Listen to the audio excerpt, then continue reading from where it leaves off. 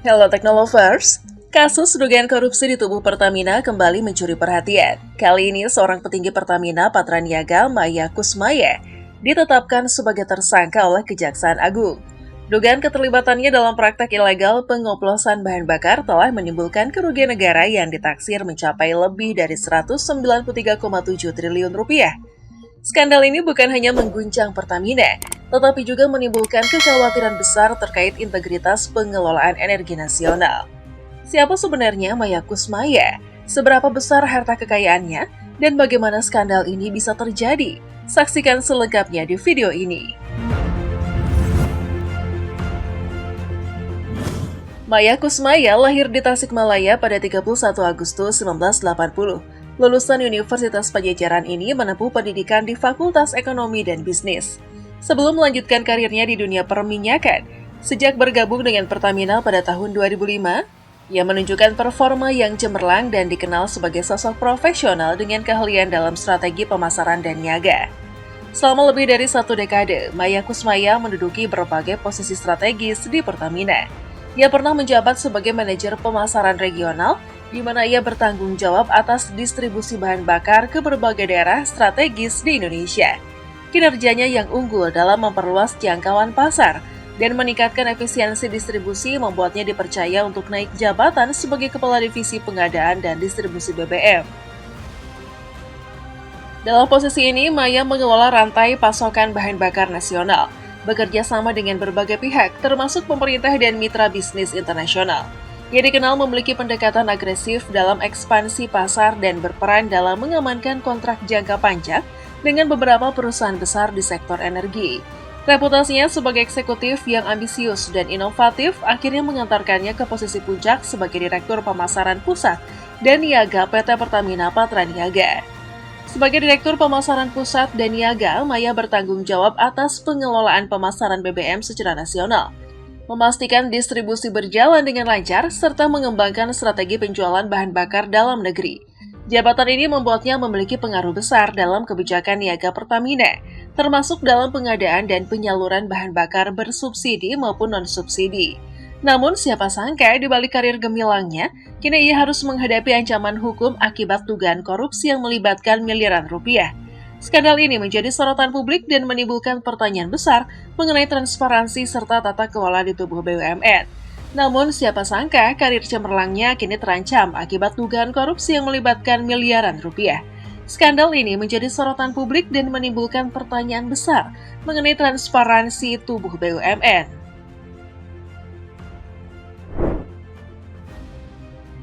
Modus Maya Kusmaya, oplos Pertalite jadi Pertamax.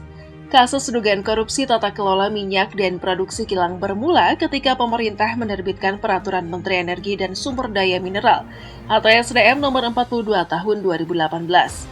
Ketentuan tersebut mengatur soal prioritas pemanfaatan minyak bumi untuk pemenuhan kebutuhan dalam negeri. PT Pertamina Persero kemudian diwajibkan mencari minyak dari dalam negeri untuk memenuhi kebutuhan minyak dalam negeri. Namun para tersangka sengaja menurunkan produksi kilang dan produksi minyak mentah dalam negeri KKKS ditolak. PT Kilang Pertamina Internasional kemudian mengimpor minyak mentah dari PT Pertamina Patraniaga, mengimpor produk kilang untuk memenuhi kebutuhan dalam negeri. Tetapi harga pembelian impor lebih tinggi apabila dibandingkan dengan harga produksi minyak bumi dalam negeri. Dalam pengadaan produk kilang lewat PT Pertamina Patraniaga, Riva Siahaan Pertamina melakukan pembelian atau pembayaran untuk RON 92. Padahal sebenarnya produk yang dibeli adalah BBM dengan RON 90 atau yang lebih rendah. RON 90 kemudian digabungkan atau dioplos di gudang menjadi RON 92. Sebenarnya ini melanggar hukum. Ketika mereka diperiksa pada Rabu 26 Februari 2025, Maya dan Edward kemudian mengungkapkan hal itu kepada penyidik Kejagung. Kohar mengatakan bahwa kedua tersangka dengan persetujuan tersangka Riva membeli produk kilang dengan harga RON 90 atau lebih rendah dengan harga RON 92. Perbuatan ini membuat impor produk kilang dengan harga tinggi dan tidak sesuai dengan kualitas produk.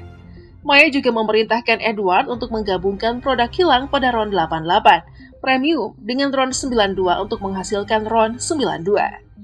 Pengoplosan dilakukan di terminal atau gedung PT Orbit Terminal Merak. Muhammad Carey, Andrianto Riza atau MKAR, pemilik keuntungan PT Navigator Katulistiwa, dan Gading Ramadan Judo atau GRJ, Komisaris PT Jenggala Maritim, dan Direktur Utama PT Orbit Terminal Merak, bertanggung jawab atas lokasi tersebut. Pada hari Senin 24 Februari 2025, Gary dan Gading ditetapkan sebagai tersangka korupsi Pertamina. BBM dijual kepada masyarakat seharga RON 92 setelah pengoplosan selesai. Kasus ini mencuat setelah adanya audit internal yang menemukan ketidaksesuaian data distribusi bahan bakar dengan laporan produksi. Dari hasil investigasi sementara, diperkirakan kerugian negara akibat praktek ini mencapai triliunan rupiah. Kejaksaan Agung telah mengumpulkan bukti-bukti kuat, termasuk dokumen transaksi, rekaman percakapan, serta aliran dana yang diduga mengarah ke rekening pribadi Maya Kusmaya dan beberapa pejabat lainnya. Saat ini proses hukum terus berjalan dan publik menantikan perkembangan lebih lanjut mengenai kasus ini.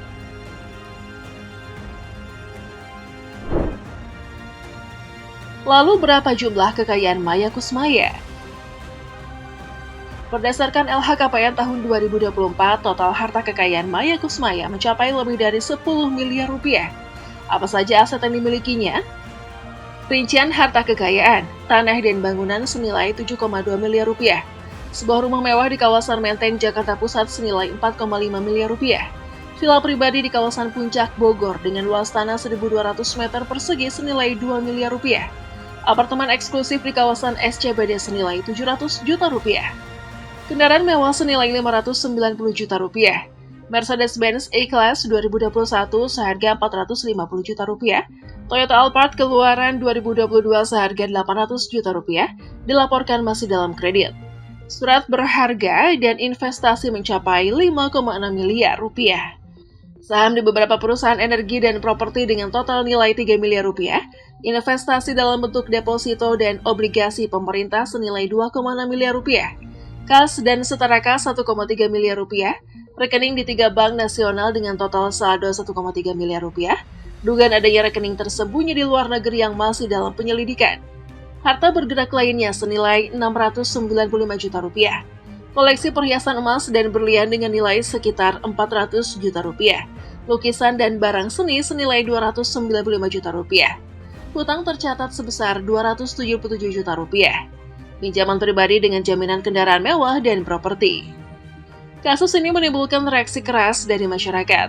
Banyak yang mempertanyakan bagaimana korupsi bisa terus terjadi di lingkungan BUMN.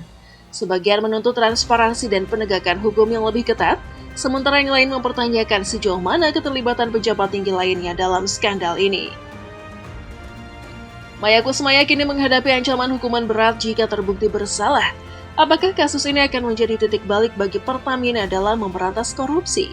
Kami akan terus memantau perkembangan kasus ini. Jangan lupa tinggalkan pendapat kalian di kolom komentar dan subscribe untuk update terbaru. Sampai jumpa.